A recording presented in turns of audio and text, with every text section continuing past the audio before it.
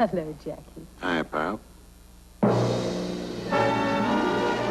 and gentlemen, the Century Collection of Fine Television Entertainment presents Julie and Jackie. How sweet it is.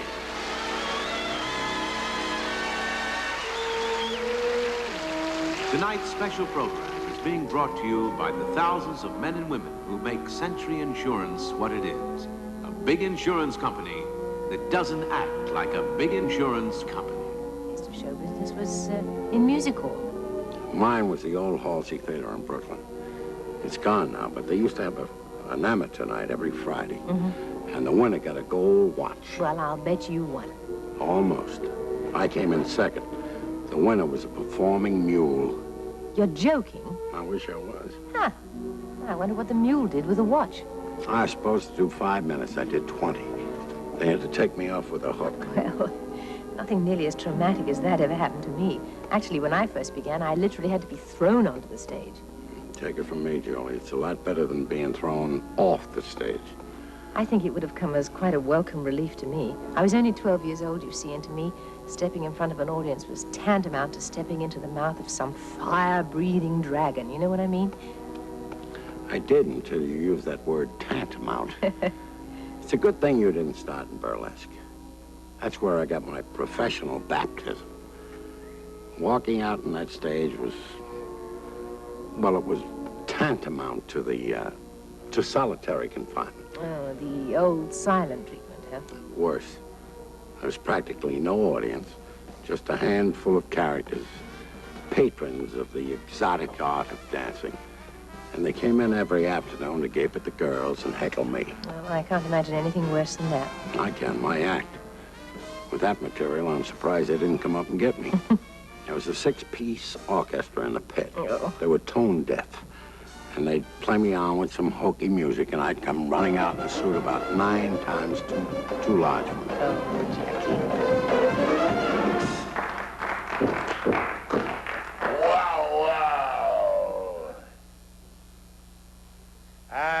Please try and hold the applause down. I got a headache. Will the gentleman in the third row kindly put your hat on? The glare from your bald head is blinding me. Oh, You stink! Any more remarks like that, and I'll report you to the manager. I am the manager. I'll have you know I turned down a wicket of Palace to play here. You still stink! So are you. The manager in the Palace! Well, now that we're all on friendly terms, I have a couple of announcements to make. Bring on the girls.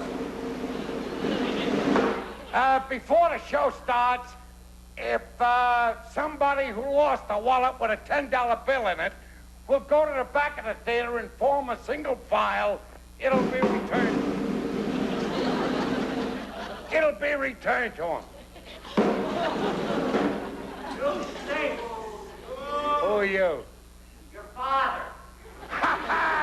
The joke's on you. I don't have a father. And now, rolling right along, I'd like to introduce the star of our show, direct from a convent in southern France. I'd like to introduce the electrifying, dynamic, exciting bundle of charm, direct from Paris, France, Mademoiselle Bigby.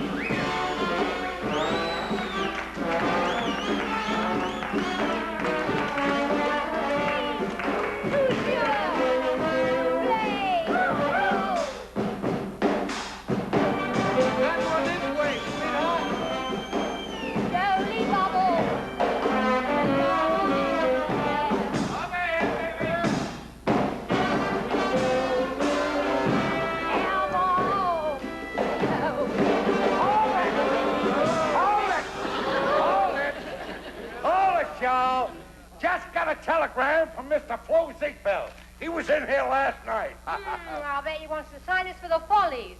Most likely you'll want to sign me. Oh, no, I'm sure. Here it is. Me. The great Flo Ziegfeld, the star of our show, has just died. and he wants me to replace him. In the show? No, in a cemetery. People play.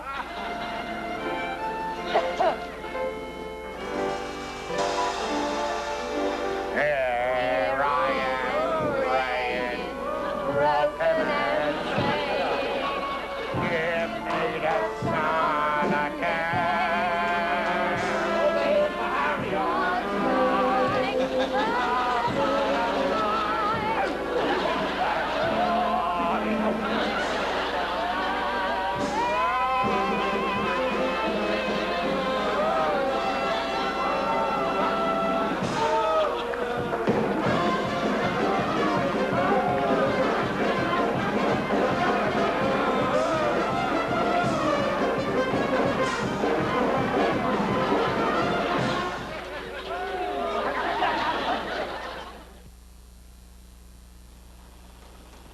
What do you think a big insurance company is like? Cold and calculating? A computerized world that's got your number? Maybe some insurance companies are like that, but not all of them. A company picnic. Not exactly what you'd expect at one of America's biggest insurance companies. But it's been an annual event at Century Insurance for over 25 years. Of course, Century was a lot smaller in those days. But even today, just about everyone in the Century family knows everyone else and cares about everyone else.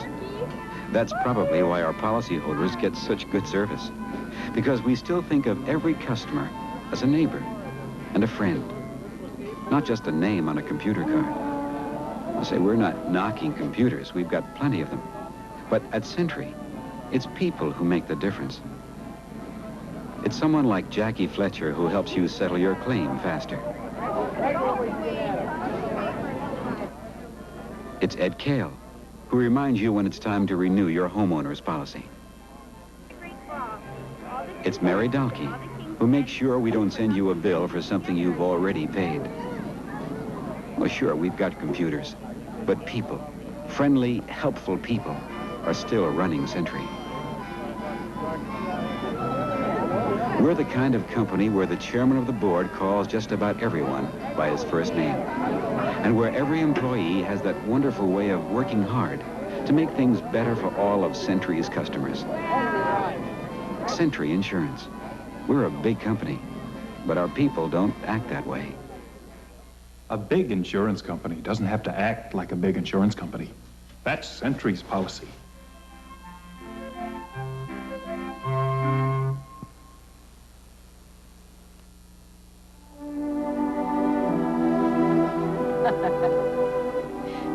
Baby, you're the greatest. Oh, thank you. Not you. No, I was just thinking about that phrase, you're the greatest.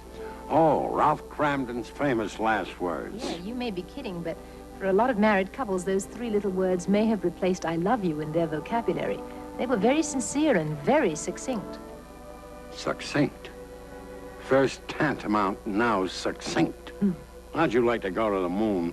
Hey, you wouldn't have gotten away with that shabby treatment if I'd been on the show. You? Mm-hmm. I had trouble understanding Allison Norton. But you know, you would have been great on the show. You would have given our neighborhood a touch of elegance. Well, that's very nice of you to say so.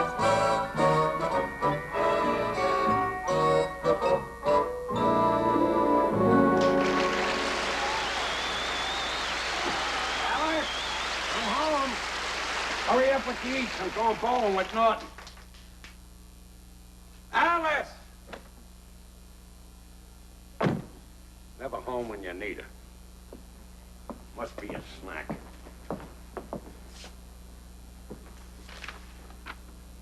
Dear Ralph, for the third year in a row, you forgot to send me a birthday card. So tonight I forgot to fix your dinner. I've gone out with my mother. Don't wait up. How could I forget? Now I got a bowl on an empty stomach. There's gotta be something. Uh-huh. Ta-ta-ta-ta-ta. Ta-ta-ta-ta.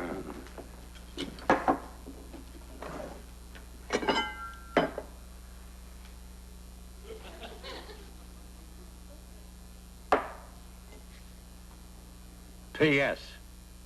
You forgot my mother's birthday, too.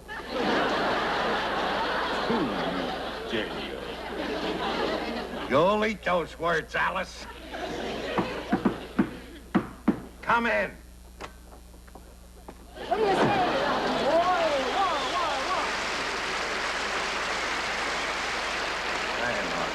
Hey, all set to go bowling, Ralphie, baby?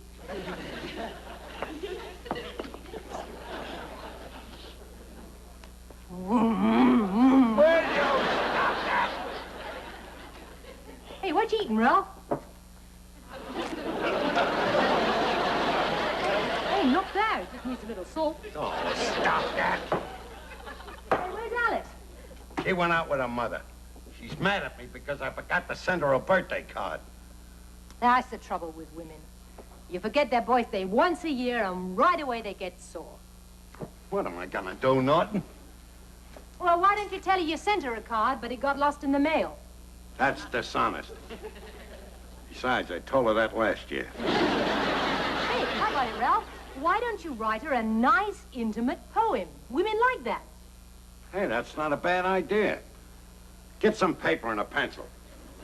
I'll dictate it and you write it down. Let's see now, we'll start off slow, sort of creep up on her.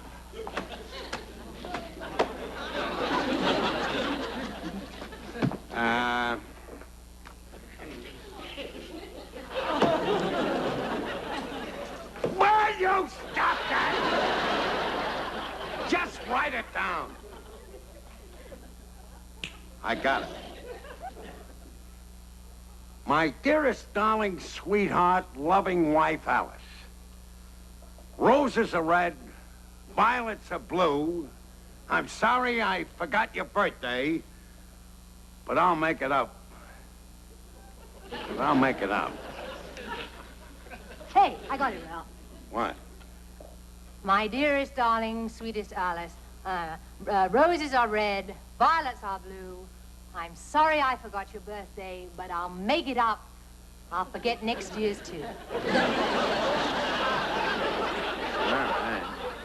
All right, Norton. Out! Out! What's the matter? What? You know what's the matter. You're a nut. Hey, why do you always pick on me, Ralph? That's all you do is pick. Want to know why I pick on you, Norton? Want to know why? I'll tell you why I pick on you, Norton. Because you're a bum! Hey, Ralph, you don't have to mince words with me. Boy, it was a sorry day for me when I ran into you. Here I am in desperate trouble. My marriage hanging by a thread. The whole world crumbling down around me. And who lets me down in my time of need? My best friend. The one guy I thought I could count on. Oh, you're right, Ralph. I do let you down. I don't deserve a friend like you. You're too good to me, Ralph. I'm always taking and never giving. I'll get out of your life. I'll move away. I don't have to stay here. There are plenty of other towns with sewers.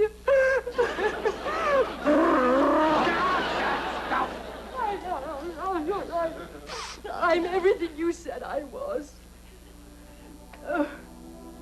You're wrong, Norton. I'm everything I said you were. I don't deserve a pal like you. I'm a mokes. I wouldn't blame you if you never talked to me again. Hey, you know what, Ralph? You're the nicest guy in the whole world. You mean you forgive me? Oh, I forgive you, Ralph. Thanks, Norton. No, that's okay. Baby, you're the greatest. Va, va, va, voo. Let's go to the Chinaman. Have something.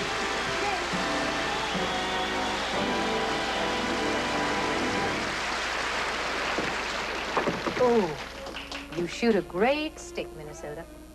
Is that right? Did I say it correctly? Perfect. That's exactly the way I said it to Fast Eddie and the Hustler. Thought so. Oh, you still shoot a great stick. Would you like to take a shot? Oh, gosh, no. I've never played a game in my life. You're not trying to hustle me, are you? No.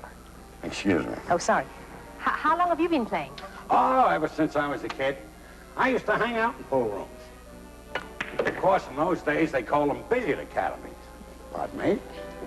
They taught a young boy how to lead a responsible life in the community.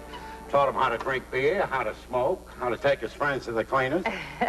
Hear you tell it, it sounds like a course in adult education.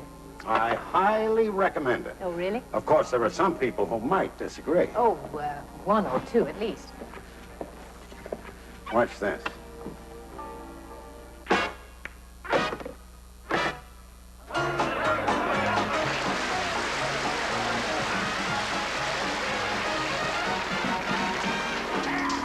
Attention, please. Your attention, please. I can deal with your troubled friends with a wave of my hand this very hand. Please observe him, if you will.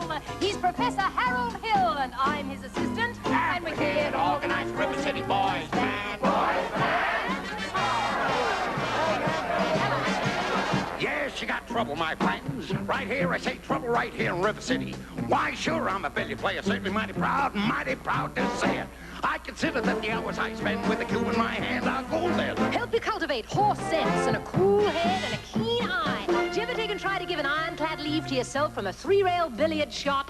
But just as they say it takes judgment, brains, and maturity to score in a ball-playing game, I say that any boo can take and shove a ball in the pocket. And we call that sloth, the first big step on the road to the depths of degradé. I say first it's a little medicinal wine from a teaspoon. Then beer from a bottle. And the next thing you know, you boys is playing for money in a pinchback suit. And listening to some big out-of-town Jasper, hearing him tell about horse race gambling. Not a wholesome trotting race, no, but a race where they sit right down on the horse. Like to see some stuck-up jockey boy sitting on Dan Patch. Make your blood boil. Well, I should say. Now, friends, let me tell you what we mean. You got 1, 2, 3, 4, 5, 6 pockets in the table. Pockets that mark the difference between a gentleman and a bum. With a capital B and that rhymes with P and that stands for pool. We got trouble. Oh, yes, we got trouble.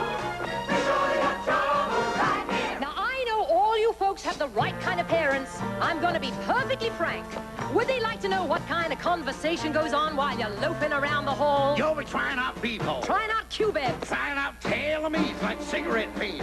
And bragging all about how you're going to cover up a telltale breath with sense-in. One fine night, they leave the bull hall, headed for the dance at the armory. Libertine men and scarlet women and ragtime. Oh, shameless music. They'll drag your son and your daughter to the arms of a jungle animal instinct. Masteria. Friends, the idle brain is the devil's playground. Trouble. Oh, we got trouble right here in River City. Right here in River City. With a capital T and that rhymes with P and that stands for pool. That stands for pool. We surely got trouble. We surely got trouble. Right here in River City. Right here. Gotta figure out a way to keep the young ones moral after school. Children gonna have trouble, trouble, trouble, trouble. Mothers of River City, heed the warning before it's too late. Watch for the telltale signs of corruption. The minute your son leaves the house, does he rebuckle his knickerbockers below the knee? Is there a nicotine stain on his index finger? A dime novel hidden in the corn crib? Is he starting to memorize jokes from Captain Billy's whiz bang? Are certain words creeping into his conversation? Words like swell. And so's your old man. If so, my friends, If so, my friend, you got trouble. Oh, we got trouble right here in River City. Right here in River City. With the capital T and that rhymes with P and that stands for pool. That stands for pool. We surely got trouble. We surely got trouble. Right here in River City. Right here. Remember the Maine, Plymouth Rock, and the Golden Rule. Our children gonna have trouble. Oh, we got trouble. Learn terrible, terrible trouble. That came with a 15 note that falls in the middle too. Oh, yes, we got trouble, trouble, trouble. Oh, yes, we got trouble. With a T, gotta rhyme with P, and that stands for pool. That stands for pool. That stands for pool. That stands for ain't no more. That's pool.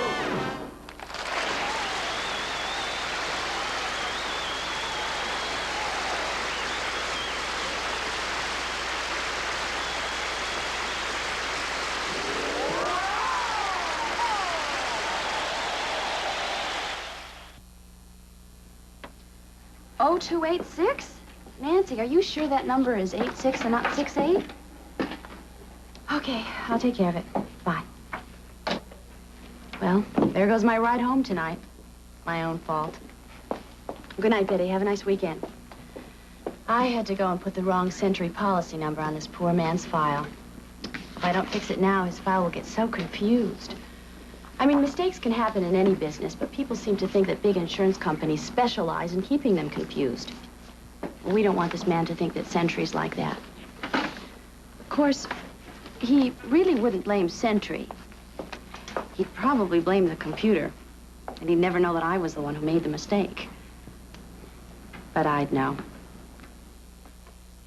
A big insurance company doesn't have to act like a big insurance company. That's Century's policy.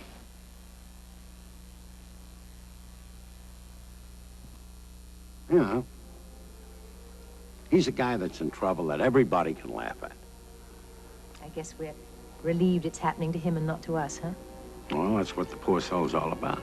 He typifies the underdog. All the luckless little guys in the world that never really get a break. You see him every day. He's the guy that slips on a banana peel, or the guy that gets splashed by a passing car, or a flower pot falls on his head. Mm-hmm. It's not that life ever does him in. Somehow or another, he survives. But it just seems that life seems to get in his way.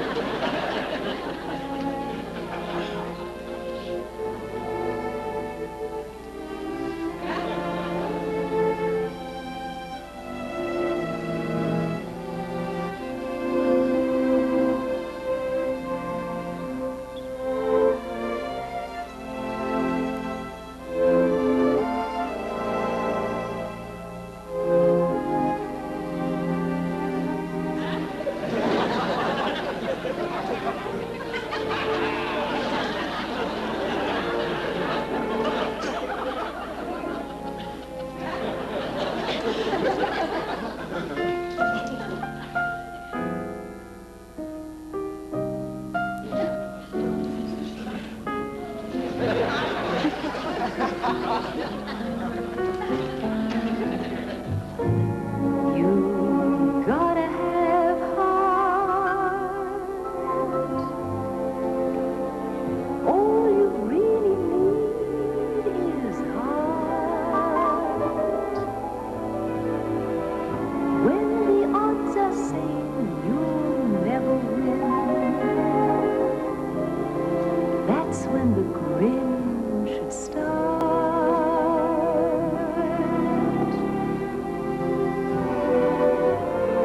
You gotta have hope.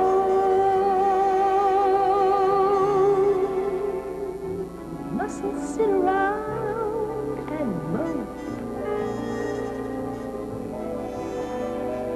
Nothing's half as bad as it may appear.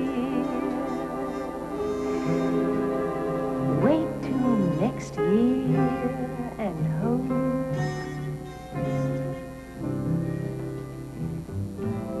When your luck is at zero, keep that chin up off the floor. Mister, you can be a hero.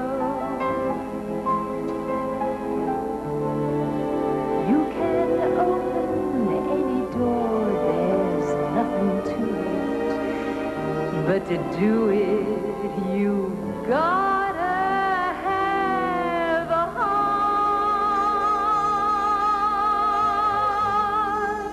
Miles and miles and miles and miles apart. Oh, it's fine to be a genius, of course. But keep that old horse before the cart.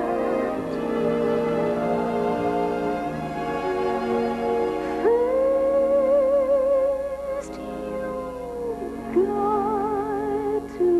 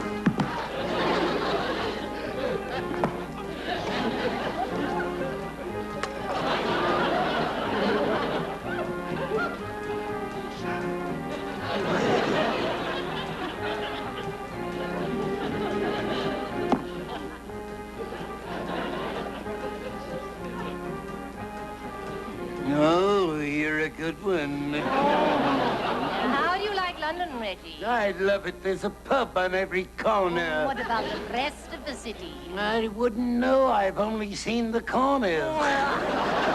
Cheers.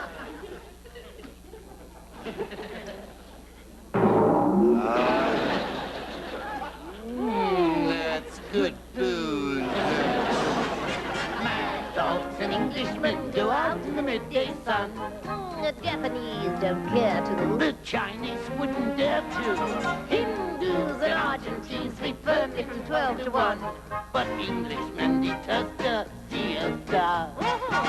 In the Philippines, there are lovely screens to protect you from the glare. In the Malay States, there are hats like plates which the Britishers won't wear. At 12 noon, the natives swoon and know further work is done. But mad dogs and Englishmen go out in the midday sun.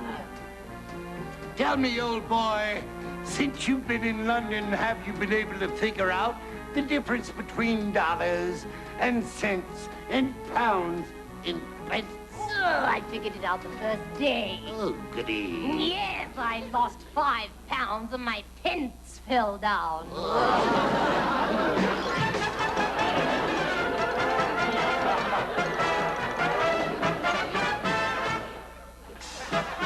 Mad dogs and Englishmen go out in the midday sun. The toughest Burmese bandit can never understand it. In Hong Kong, they strike a gong and fire a lonely gun. To reprimand each inmate who's in late. In the mangrove swamps where the python romps, there is peace from 12 to 2. Even caribous lie around in stews, for there's nothing else to do. Tell me, Reggie, have you visited the tomb of Henry VIII?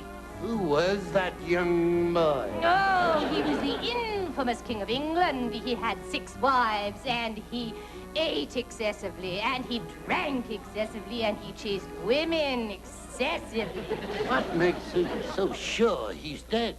Maybe he's just resting.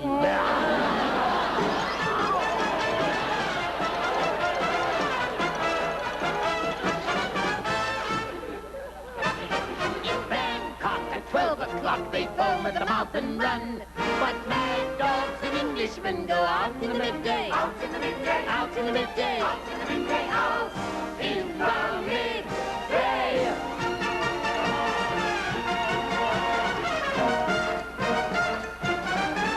Run!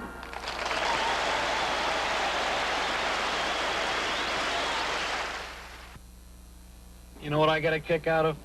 Those stories about there being an auto accident, and 2 seconds later, the insurance adjuster is there with a check. Look, I'm an insurance adjuster for Century Insurance. We're fast, but we're not that fast. Sure, we've got drive-in claim service and even phone-in. But Century thinks there's something even more important than being fast. Being fair. Show you what I mean. See this bumper? Looks like you could straighten it right out. But look closer. The chrome is broken. That'll rust. The Century Adjuster's Manual says we don't do things halfway. I'm authorizing the garage to replace that bumper. Not that Century likes to throw money away, because it's our policyholders' money. On the other hand, it's our policyholders' bumper. A big insurance company doesn't have to act like a big insurance company. That's Century's policy. Hey,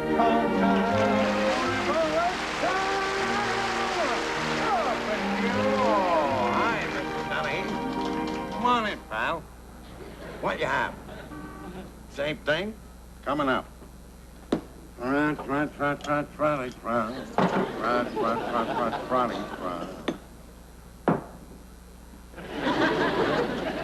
Oh, it keeps the foam from bursting over the glass. Huh? Ah, we haven't had the pipes fixed. You know, everybody's going nuts, Mr. Donaghy. I call up the plumber today. I said, look, pal, I got a lot of rust in my pipes. It's making the beer look funny. He says, you got no problem. Just tell him you're serving dark beer. Isn't it beautiful? By the way, you notice how quiet it is in here since I put up that no ladies allowed sign? No! So it's men only, is it? Well, just you ruddy well wait and see. You're not going to keep me out of here.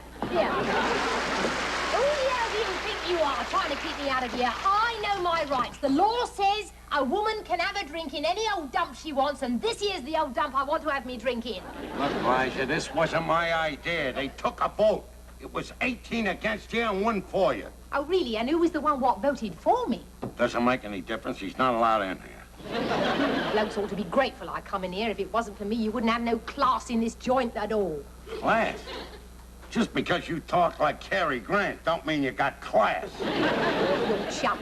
What about him over there? I suppose he's one of your posh eyebrow types. Oh. That bloke on top of the jukebox, the one that's trying to feed peanuts to the stuffed moot. Oh, that's McNulty. He's a zookeeper. He's one of my best customers. As a matter of fact, this is the only joint he'll go to. I'll bet the head waiter at the Ritz is absolutely green with envy. Why is it that every woman comes in here gives me a headache? Some dame comes in the other night. She's wearing a black dress, a big open umbrella, and she tells me she can fly. Her name was Pippins, Peepins, Poppins? Mary Poppins? Well, figures you'd know it. Oh, I know her, all right. Oh, she fancies herself all prim and proper, she does. Just 'cause she's got "I am a lady" printed all across her bloomers. Yes? Yeah. She flew over so fast the other night, I didn't see that. You know what? I don't think you want me hanging about here because you're afraid. Afraid? Yeah, you're afraid that if you saw me in here every night, you'd sort of take a shine to me, you know. You'd be whispering sweet nothings in my ear after a while. You'd be taking me for strolls in the park. And finally, I think you'd get down on your chubby little knees and propose to me. Well, don't you worry, Joe, me darling. I promised me mum I'd never marry beneath me station. Now you're off your chump. Look, take your dandelions and get out of here. There's nothing or no one can make me leave. I'm staying here tonight and every night from now on. Oh, no, you're not. Oh, yes, I am. Oh, no, you're not. Oh, yes, I am. That's it. Okay, Liza, you can take over the whole joint. You can take over everything that goes with it. The rusty pipes, the freeloaders, the guys falling asleep in the bar, and dames that come in here and drive me nuts. And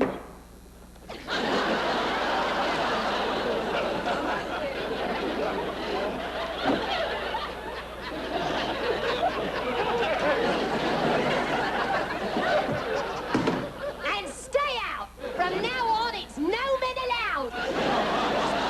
Oh, wild sort of devil, but dead on the level is my girl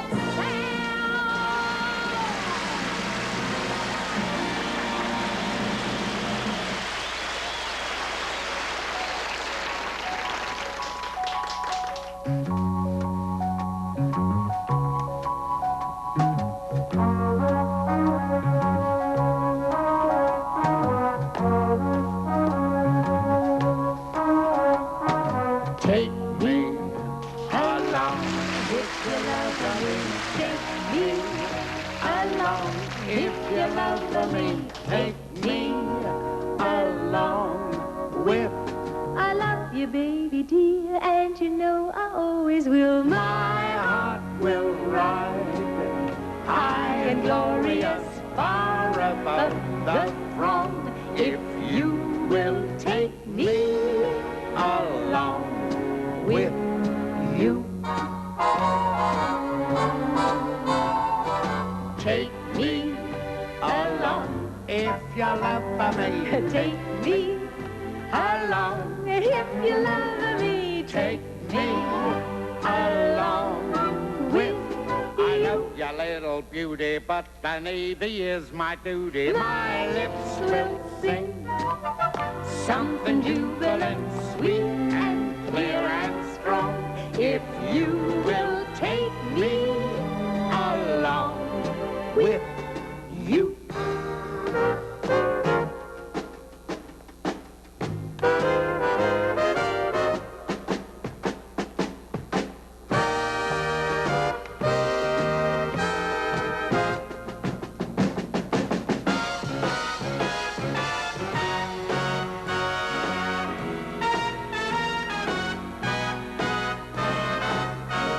If you will take me along with you, and my lips will sing something jubilant, sweet and clear and strong. If you will take me along, take me along, take me along with you.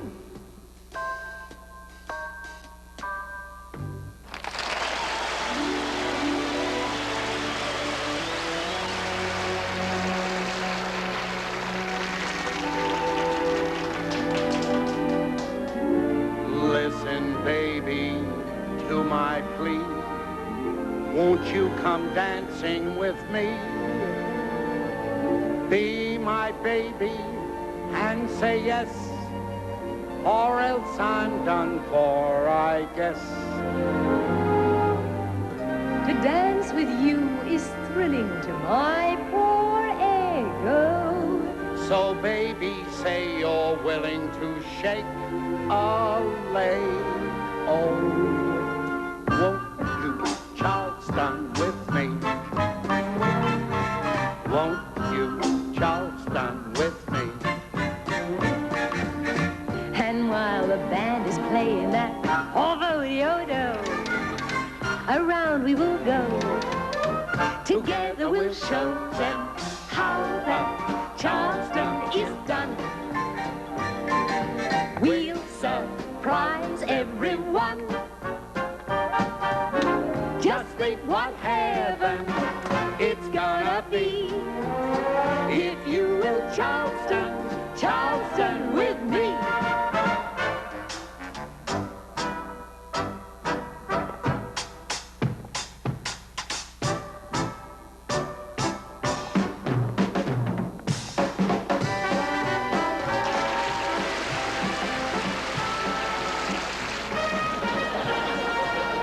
Together we'll show them how the Charleston is done.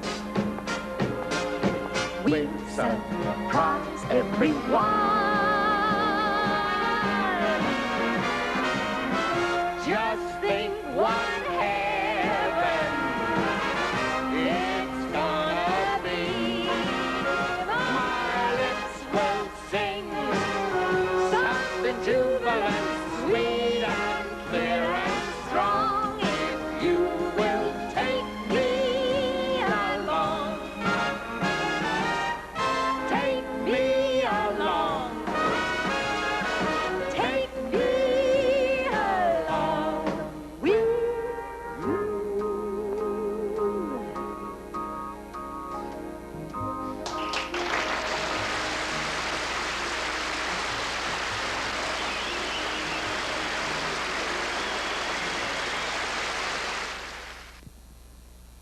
That Hank's quite a character.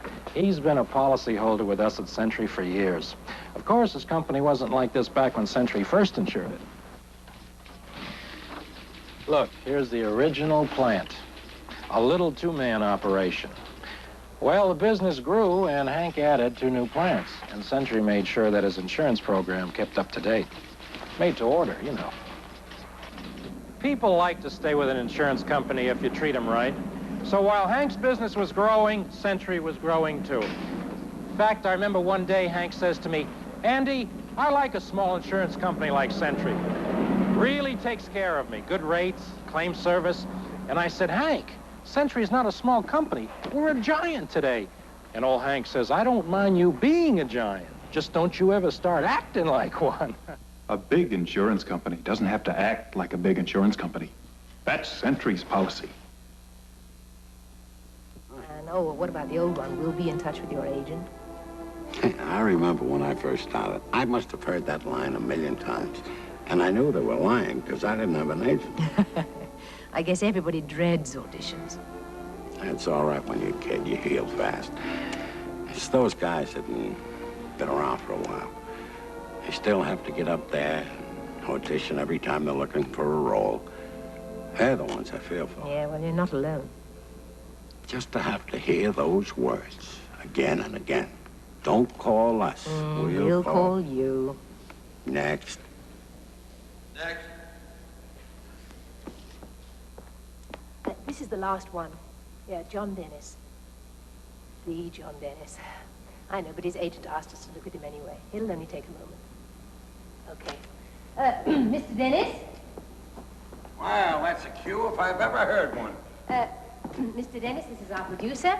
Oh, how do you do? It's a pleasure and a privilege. I don't have to tell you that your name in the theater is a hallmark of excellence. Are you ready to read, Mr. Dennis? You know, just the chance to audition for you is a credit in itself for an actor. Did your agent tell you about the part? Yeah, speaking of credits, I played this very same theater in 1943. It was a production of Nightfall. I co-starred with Paul Muni. The show's producer was the great Sam Harris.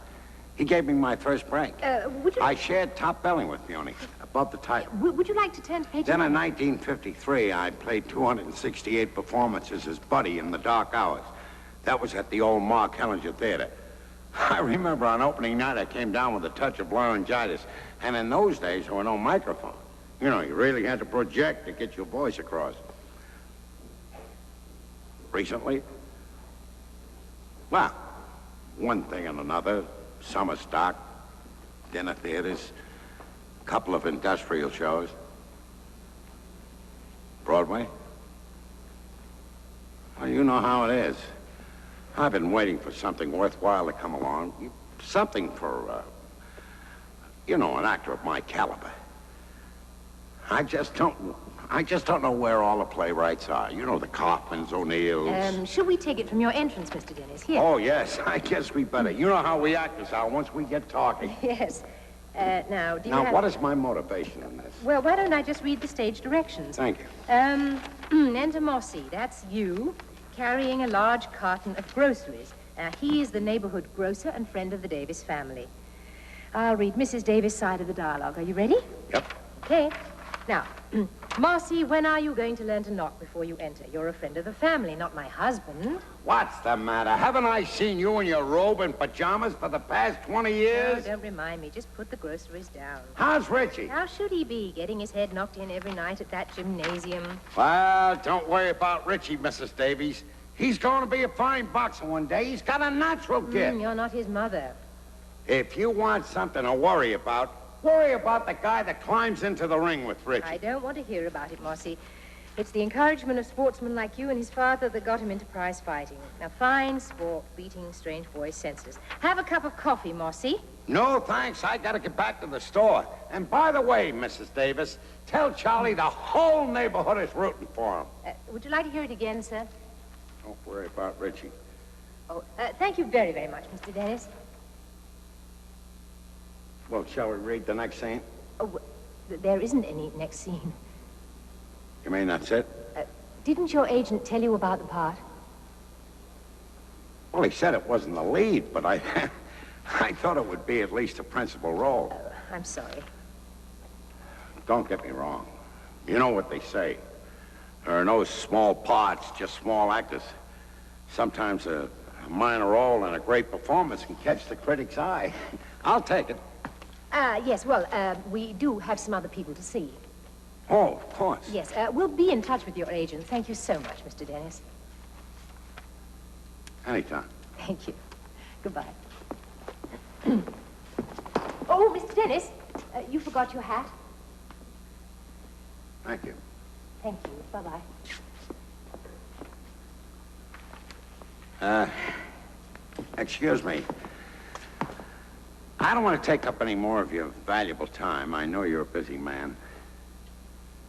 But may I tell you that I envy you? I could never do what you have to do. You know, sit there and make judgments of people. Must take a special knack, special gift, special indifference. Don't get me wrong. I'm sure it didn't come easy. That cold objectivity. Must have been a time when you first started, when you still had some compassion for everyone who came in for a job. When it still hurt you to give them the brush off. I guess if you do it often enough, you get used to anything. That's what I envy. The difference between your end of the business and our profession. We never get used to this. Some profession. 35 years of sweat and grind, and you're still treated like a beginner. Like a 55-year-old office boy, looking for a job with a chance for advancement. All those years. And what have I got to show for it? A couple of suits.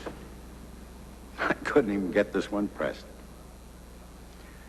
Well, Emperor, is it thumbs up or thumbs down? Do we get to work another day? Do we get to eat another day? till we get to live another day. Mr. Dennis, please don't do this to yourself. It's no way for an actor to behave. Oh, yes, it is. I was doing what actors do best, showing off a little bit. That was a speech from Scene 2, Act 3 of The Company Man. It was written by Robert Morton. That's what you call acting. Tell the Emperor. Next!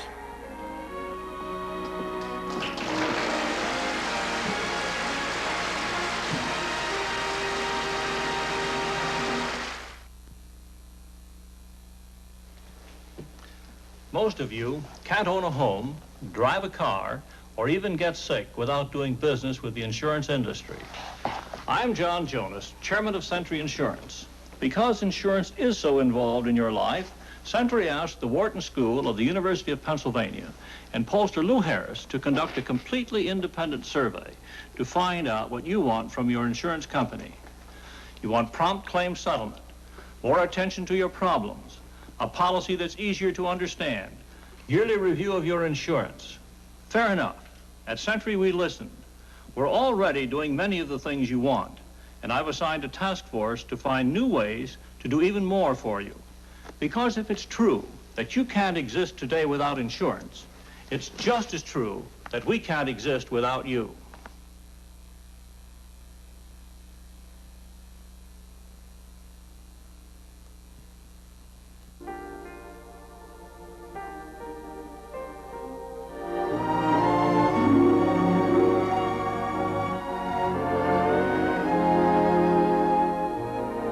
It's very clear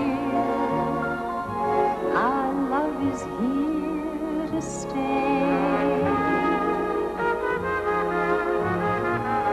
Not for a year, but ever and a day.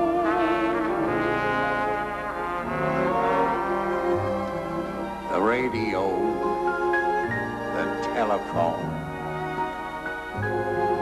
and the movies that we know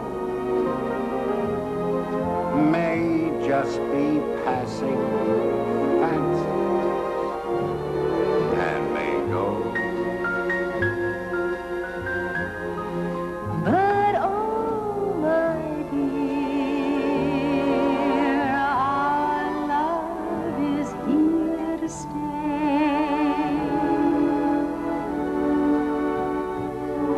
Together we're going a long, long way.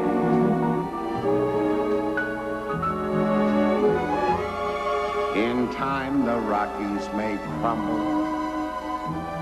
Gibraltar may tumble.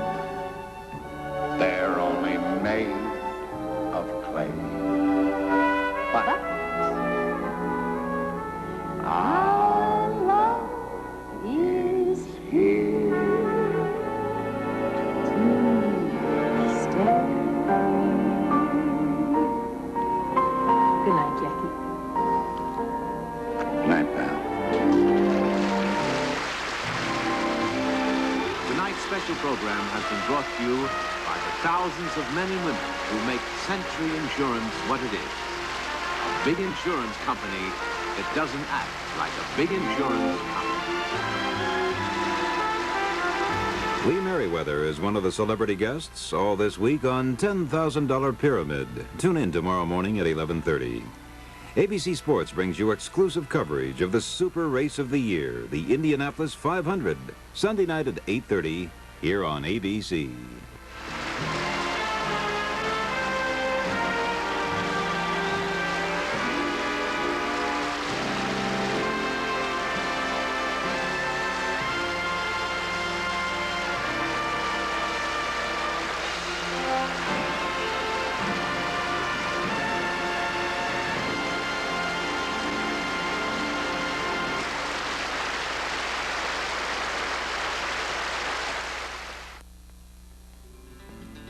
Put your talent to work in the health field. Write National Health Council, Box 40, Radio City Station, New York.